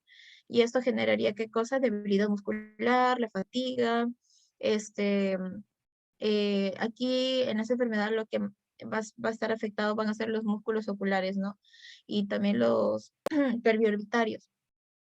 Entonces, esto también puede generar la debilidad del párpado, ¿no? O la diplopia por la debilidad de estos músculos extraoculares como síntoma inicial. Ahora, las personas con miastenia gravis ocurre una exacerbación repentina en estos síntomas y debilidad que vendría a ser conocida como crisis miasténica.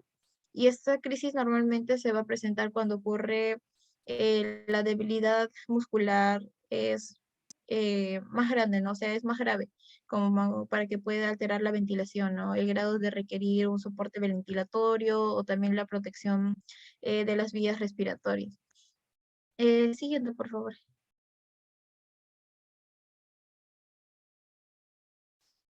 Bien, en caso de la fisiopatología, ya lo había mencionado un poco, en donde va a ocurrir esta pérdida de los anticuerpos, ¿no? De los receptores de acetilcolina y que puede ser provocada por estos mismos linfocitos T, ¿no? Que van a generar un ataque hacia los propios anticuerpos, ¿no? En ese receptor de la acetilcolina. Ahora, el ataque de estos anticuerpos puede llegar a causar también la pérdida de porciones terminales ricas en receptores de acetilcolina, ¿no? En los pliegues de la placa motora de esta fibra muscular, ¿no? Ahora, acá también puede haber una disminución en la cantidad de receptores y una separación del espacio sináptico, ¿no? Que llegaría a alterar la transmisión de estas señales. Ahora, los anticuerpos no van a llegar a bloquear de una forma directa la unión de la acetilcolina para que pueda inhibir la transmisión neuromuscular, ¿no? Pero se vio en un artículo que casi el 70-80% de estas personas podrían tener una anomalía en el timo o una hiperplasia en el timo, ¿no? Siguiente, por favor. Ahora, con respecto a las alteraciones de la motoneurona, eh, hay dos alteraciones en la motoneurona inferior y superior. En caso de la alteración de la motoneurona inferior, vamos a tener que aquí hay alteraciones neurológicas progresivas que van a afectar de una forma selectiva, ¿no? Las células del cuerno anterior de la médula espinal y también las células de las motoneuronas de los nervios craneales. Y como ejemplo tenemos la atrofia muscular espinal, ¿no? En caso de de la parte superior, estos van a llegar a afectar a las neuronas que van a estar dentro del sistema nervioso central, ¿no? Desde las motoneuronas que vendrían a ser desde las áreas motoras de la corteza hasta las fibras que van a descender en la médula espinal, ¿no? Y como ejemplo tenemos a la esclerosis múltiple. Siguiente, por favor.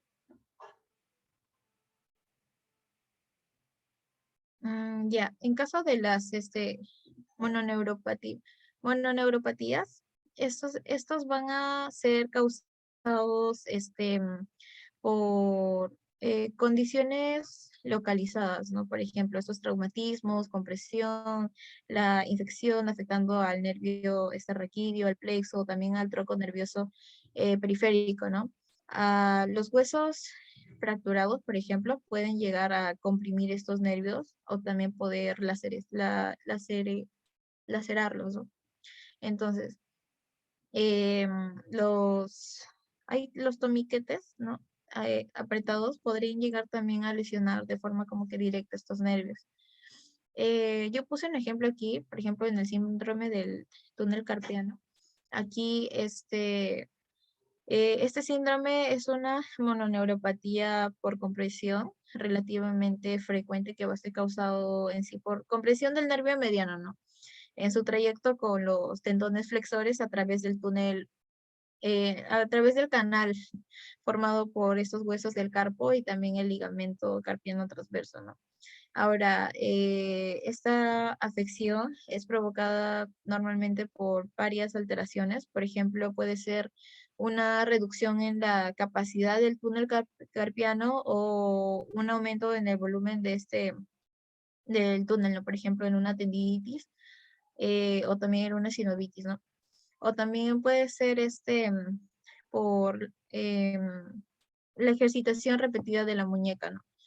En cuanto a sus manifestaciones clínicas, aquí básicamente los pacientes van a presentar dolor, parestesia, entumecimiento, tanto en el pulgar como en el dedo índice medio y también anular, ¿no? Pueden presentar también dolor en la muñeca y en la mano, que suele empeorar en las noches, ¿no? Y bueno, con respecto a las polineuropatías, estas básicamente van a incluir una degeneración o una desmielinización de los axones de múltiples nervios, ¿no? Pero especialmente van a ser nervios periféricos que causan este déficit sensitivo, motor o también mixto, ¿no? Por lo general en sí, estos axones, los axones más largos son los que se van a afectar primero y los síntomas empiezan a comenzar en la parte distal de las extremidades, ¿no?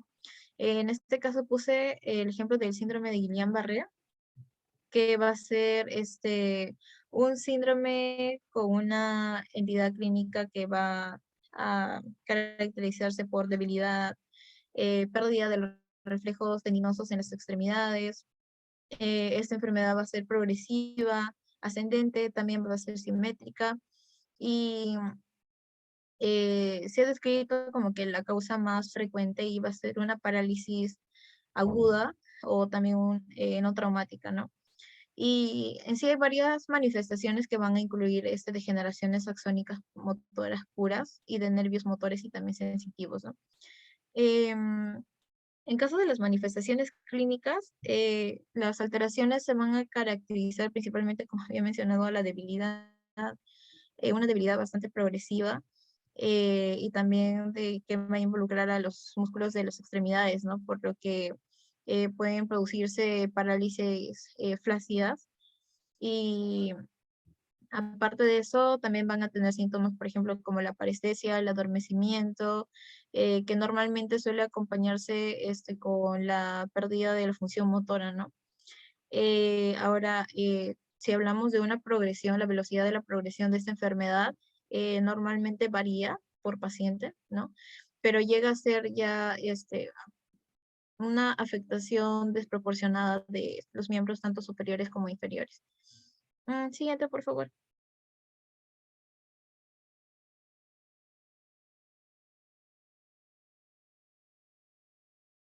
Ya.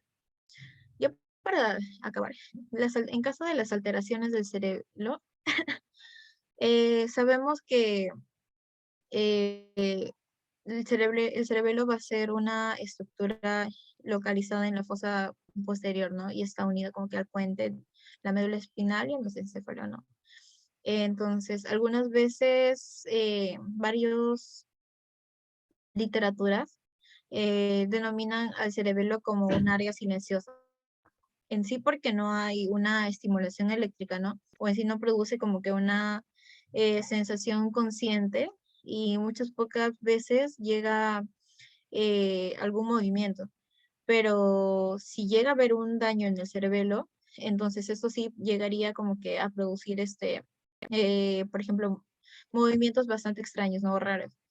El cerebelo es importante para varias actividades musculares rápidas, por ejemplo, correr, poder hablar más rápido o poder hacer tareas manuales, ¿no? Por ejemplo, escribir en la computadora súper rápido. Entonces, la pérdida de esta función cerebelosa llegaría a provocar como que una falta de coordinación total, ¿no? En estas funciones.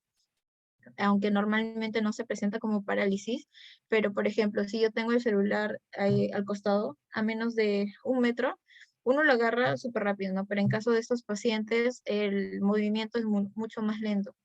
Entonces, existen acá 3 vías eferentes generales, ¿no? Que van a llegar al cerebelo, que vendría a ser la primera, la vía vestibulo-cerebelosa, que funciona en asociación estrecha con el núcleo vestibular, ¿no? Del tronco encefálico para que podamos mantener un equilibrio y una postura adecuada. En caso de la vía espinocerebelosa, este va a formar el circuito para coordinar movimientos de las porciones distales de las extremidades. Y el último sería la vía cerebrocerebelosa, ¿no? Que va a llegar a transmitir impulsos en la dirección superior hacia el cerebro y también funciona como retroalimentación con los sistemas somatosensoriales y también sistemas motores, para que pueda haber una coordinación de movimiento, ¿no? Ahora, en caso de las alteraciones del movimiento que van a estar asociadas al cerebelo, vamos a tener 3 principalmente, que van a ser la ataxia cerebelosa, el temblor cerebeloso y la vestíbulo cerebelosas, ¿no? En caso de el daño vestibular, esto va a llegar a generar una dificultad o incapacidad para poder mantener una postura correcta, ¿no? Del tórax. O sea, si yo me siento normalmente así, esos pacientes no van a poder llegar a mantenerse. Lo que normalmente va a requerir como que movimientos de ajustes, ¿no? O ayuda de alguien, ¿no? Para que pueda quedarme quieta o recta, ¿no? Entonces, aquí en estos pacientes se va a observar como una inestabilidad del tórax, que normalmente se va a ser conocida como ataxia troncal. Y esto puede llegar a ser bastante grave, ya que, por ejemplo, si uno no mantiene una postura correcta, entonces si al momento de ponerse de pie, no va a poder hacerlo. Entonces le va a costar ponerse de pie. Entonces la capacidad para fijar, por ejemplo, los ojos en un objeto también se va a ver afectada. En caso de la ataxia y también el temblor cerebeloso, estos van a ser aspectos bastante diferentes, ¿no? De los defectos en las funciones regulares, ya que la ataxia en sí se va a caracterizar por una descomposición del movimiento. Cada componente de un movimiento complejo se va a presentar por separado, en lugar de estar como que todo unido y mezclado. Ahora, en caso de los temblores cerebelosos, esto básicamente va a ser como que movimientos rítmicos hacia atrás y adelante de un dedo, ¿no? O también puede ser de los dedos del pie que llegaría a empeorar conforme se aproxima a un objetivo, ¿no? Por ejemplo, al momento de agarrar mi teléfono empezaría como que a temblar más. Ahora, este temblor es resultado de la incapacidad del sistema cerebeloso dañado, ¿no? Para que pueda como que mantener una fijación continua de una parte de mi cuerpo. En caso de la función cerebelosa, eso también va a poder llegar a afectar habilidades motoras, por ejemplo, una habilidad de, no sé, masticar o deglutir, ¿no? En caso de la disfagia, o también como la disartria, ¿no? Como la capacidad del lenguaje. Entonces un lenguaje normal va a requerir un control regular de estos músculos respiratorios, ¿no? Y tiene que ser coordinado con los de la laringe, los labios, la lengua, ¿no? Entonces la disartria cerebelosa se va a caracterizar por esto mismo, ¿no? Un lenguaje lento, mal articulado, con un volumen variable, ¿no? Siguiente, por favor. Ya, en caso de, ya para terminar, las alteraciones de los núcleos basales en sí son un grupo de núcleos subcorticales profundos, ¿no? Que van a estar interrelacionados y van a desempeñar un papel bastante importante, que vendría a ser el control de los movimientos, ¿no? Los núcleos basales en sí van a poder comenzar o detener o controlar en sí movimientos ordenados o que van a ser ejecutados por la misma corteza, ¿no? Eh, También van a ayudar en lo que vendría a ser la, la intensidad de estos movimientos, ¿no? Y la función de los núcleos basales en sí no está limitada a las funciones motoras, también están involucrados en funciones cognitivas y también perceptuales, ¿no? En caso de la alteración del movimiento asociada con los núcleos basales, vamos a tener aquí como ejemplo al Parkinson, ¿no? Ya lo hemos visto ya en una lectura, pero voy a correr para poder jugar el Kahoot. El Parkinson básicamente, voy a describir la imagen, ¿no? No sé si lo pueden leer, pero básicamente nos muestra primero en una etapa la destrucción de las neuronas dopaminérgicas en la sustancia negra de los núcleos basales, ¿no? Que luego va a llevar a un agotamiento de los depósitos de dopamina, generando así una degeneración de la vía dopaminérgica nigroestriada, ¿no? Llevando esto a un desequilibrio de neurotransmisores excitatorios, por ejemplo, de la acetilcolina, ¿no? O también los inhibidores que vendría a ser la dopamina en el cuerpo estriado. Y esto generaría una alteración en los tractos extrapiramidales que van a controlar movimientos corporales, tanto como los temblores, la rigidez, la bradicinesia, los cambios posturales que vemos, todas estas manifestaciones en estos pacientes con Parkinson, ¿no? Siguiente. Y bueno, estas son nuestras referencias. Muy bien, chicas. Excelente. Doctor, tenemos un Kahoot también para... Perfecto. Proyecto. A ver.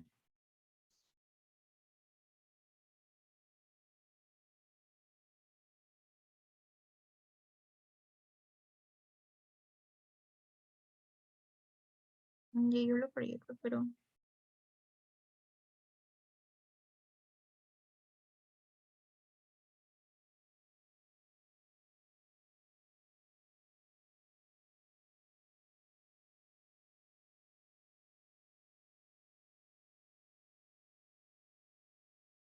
A ver, chicos, si pueden entrar.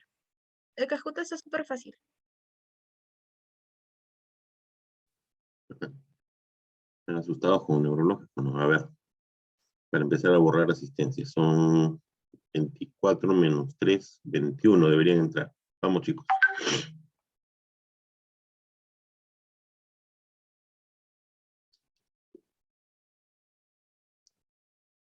Ujú. Ahora sí. Doctor, ¿se escucha el sonido o no? Del Kahoot no.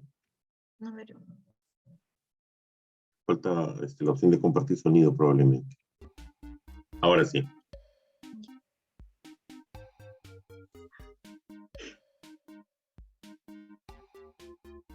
¿Quién es Amazon Piraña 10?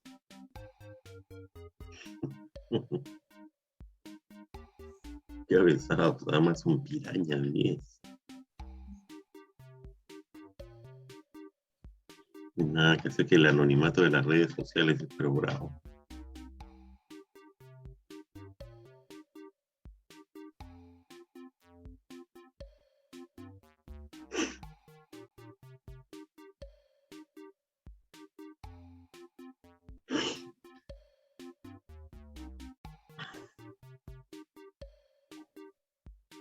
Ya, empezamos a ver. Ya.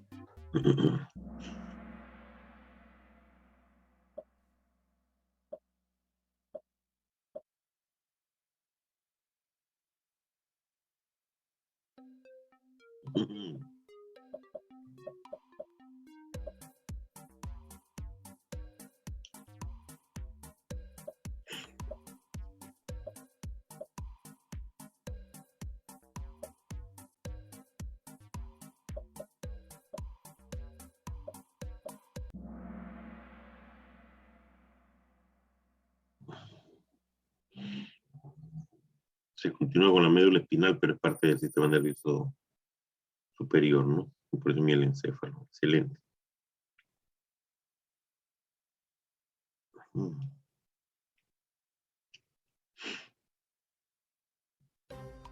Y pueden escoger varias alternativas, no solo una.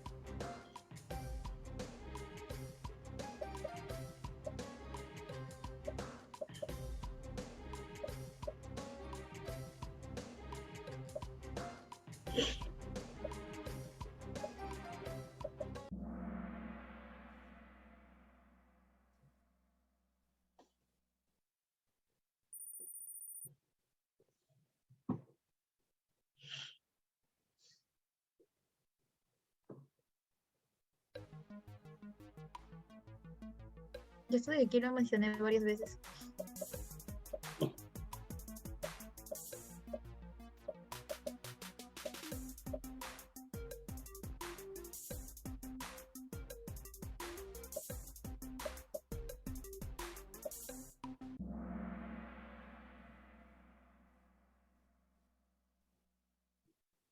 La médula espinal estaba en el más bajo. Ya, siguiente. Uy, lo bajaron a Nel. Estaba primera.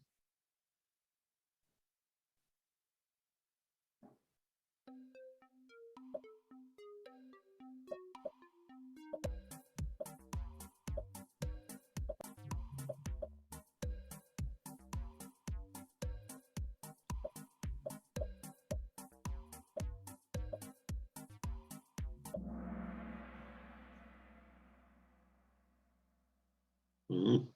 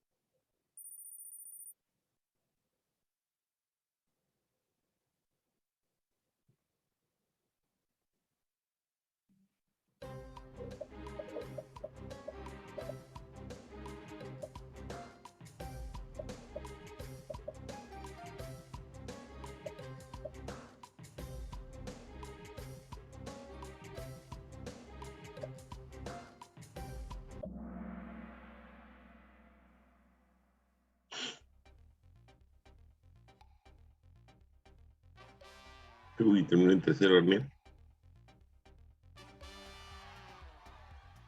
Ya no. Bianca, perfecto. Bien, felicitaciones, chicos.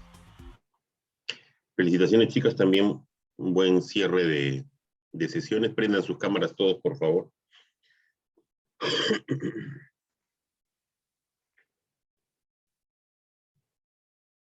Prendan sus camaritas, chicos. Leslie, está bien bonito tu foco. Un ratito, doctor, me estoy peinando. Ahí ya. Se te ocurrió una idea brillante, en forma de foco.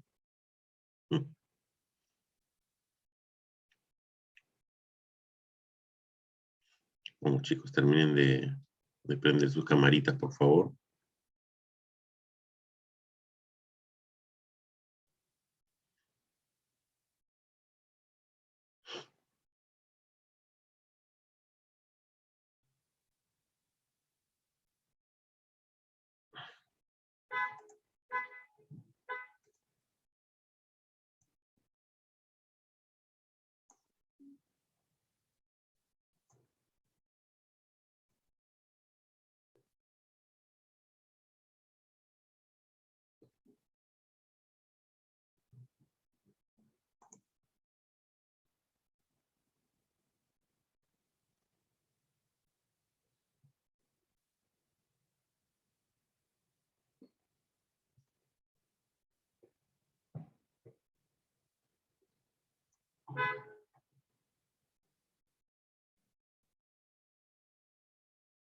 Bien, chicos. El día de hoy estamos terminando nuestras actividades de teoría y seminario. Están ya prácticamente listos para culminar, para darle cierre a todo este semestre, que tengo entendido por versiones de algunos de sus compañeros que ha sido un semestre muy duro, ¿no? Pero que lo están llevando hasta el final y por eso merecen la felicitación del caso, todos ustedes, ¿no? Como ya les dije también a mi grupo C1 y C3 el día sábado, que cerramos nuestras actividades prácticas. Entonces, la disposición al trabajo que han demostrado en las diferentes semanas de seminario ha sido encomiable. Algunas veces ha habido reducción de integrantes de grupos, pero igual se han presentado los temas y eso también dice mucho de la responsabilidad de todos, ¿no? Entonces, por eso yo los felicito como lo hice con mis grupos de práctica por llegar hasta este punto y, decirles que no dejen pasar la oportunidad de completar los cursos, ¿sí? La carrera de medicina es una carrera de muy largo aliento, así que el retrasarse en un curso, después se van acumulando otros, les van a dificultar el aprendizaje de nuevos cursos que sí deben terminar de llevar en su momento. Entonces, no se rindan, ¿sí? Siempre la vida nos presenta retos, nos presenta, las dificultades no las vean así como un escollo, sino como un reto. Y para superar un reto, pues tenemos que dar lo mejor de nosotros mismos, ¿verdad? Entonces, eso es lo que tienen que hacer. No se queden, no se queden. Yo he vivido la carrera de medicina, ¿no? En San Marcos, en el tiempo en que habían pues las huelgas y los cursos de premédicas, o sea, preclínicas, se llevaban en la ciudad universitaria, donde el asunto era más convulsionado todavía, ¿no? Entonces, aún así, pues, mi promoción logró adelantar varios cursos, entonces, sé lo que es juntar cursos, prácticamente no tenía vacaciones, salvo que las vacaciones nos las daban las huelgas, ¿no? Lo cual, dicho sea de paso, nos enseñó en el Centro de Estudiantes de Medicina, toda mi promoción juega ping-pong a raíz de esas huelgas. Que dicho sea de paso, es un deporte excelente, excelente. Pero a lo que yo quiero ir finalmente es que ustedes no tienen esa dificultad, ¿sí? La única dificultad son las limitaciones que ustedes mismos puedan ponerse, y nadie más, solamente ustedes. Entonces está en ustedes también llegar siempre hasta el final de los cursos, dar lo mejor. Si sacaron una nota baja en las primeras notas, hay tiempo para subirlas, pero no dejen pasar el tiempo. Por más que sean jóvenes, aún no vale la pena perder tiempo de esa manera. Entonces, aprovechen el tiempo al máximo, estudien, dedíquense. Ahora que van a ir a la presencialidad, la vida en el campus universitario es otra cosa, ¿no? Es otra experiencia.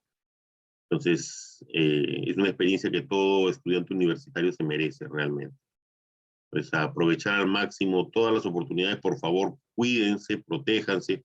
Estamos en plena ola de COVID y aunque están vacunados, de todas maneras, no faltan las infecciones delicadas, sobre todo si llevamos el virus a casa y tenemos familiares que pueden estar, que pueden ser más vulnerables, ¿no? Personas de tercera edad o con alguna comorbilidad. Entonces, evitemos al máximo los problemas. Cuando lleguen al hospital, tienen que estar bien protegidos.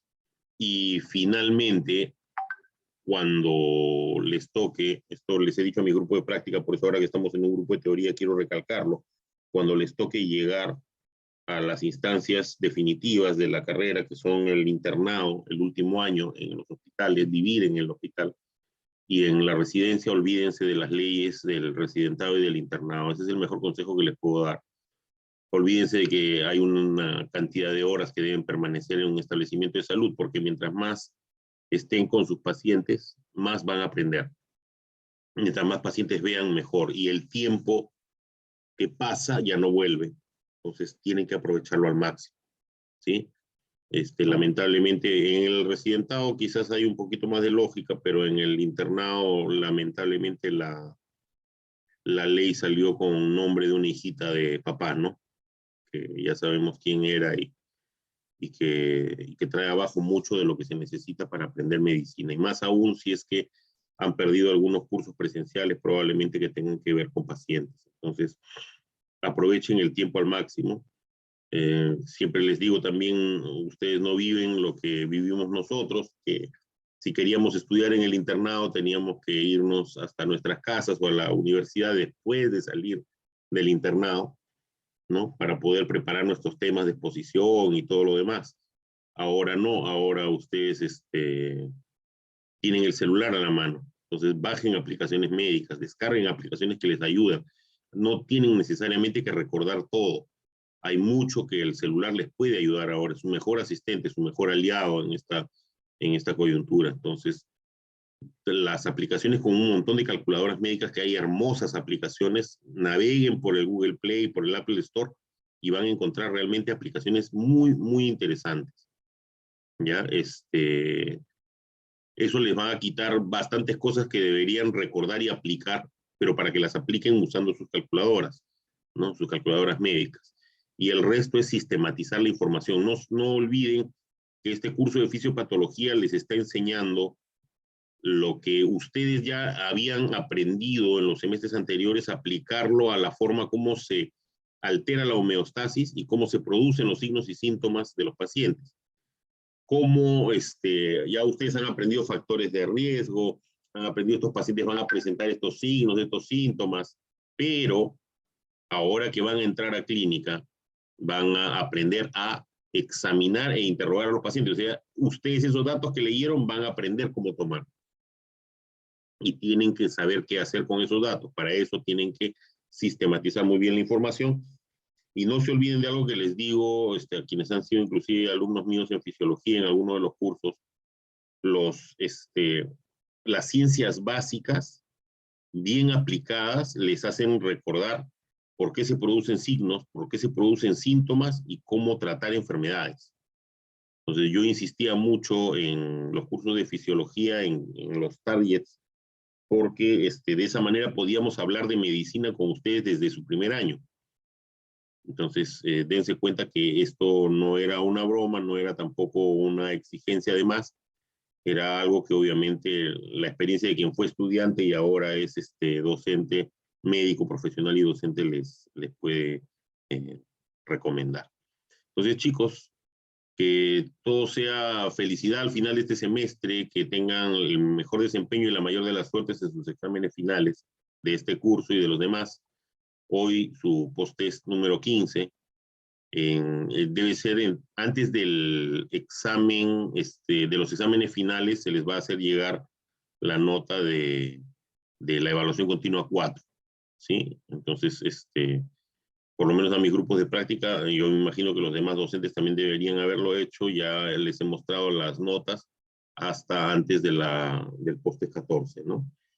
Entonces, por favor, si no, contacten con sus docentes, pero se les tiene que hacer llegar las notas, ha sido uno de los acuerdos, antes de los exámenes finales, para que ustedes sepan el estado en el que se presentan a dichos exámenes. Yo estoy seguro que van a sacar con toda justicia adelante. Así que, nada más, chicos, desearles lo mejor en su carrera, en su vida profesional y para todas sus familias. Bendiciones para todos, ha sido un gusto estar con ustedes, tratar de darles un poquito de aplicación clínica también en el momento de las teorías. Teorías un poquito dilatadas, ¿no? Esas 2 horas de verdad que son matadoras, pero ustedes por lo menos, aunque algunos han expuesto solos en el seminario, pero por lo menos en seminario lograron mejorar esa experiencia, ¿no? 2 horas es un poquito fuerte de estar dictando. Pero aún así he tratado de resaltarles los puntos que con más frecuencia van a encontrar a nivel de su práctica médica. Entonces espero que todos esos consejos les sirvan en el futuro. Yo estoy seguro que sí. Y nada más, chicos. Mucha suerte, muchas bendiciones, cuídense mucho. Ya he estado regularizando las asistencias también, así que revisen nuevamente sus récords, ¿ya? Cuídense mucho, chicos. Bendiciones. Hasta Gracias, luego. doctor. Hasta luego, Hasta doctor. luego. Muchas gracias. Hasta luego, profesor. Hasta luego, doctor. Muchas gracias.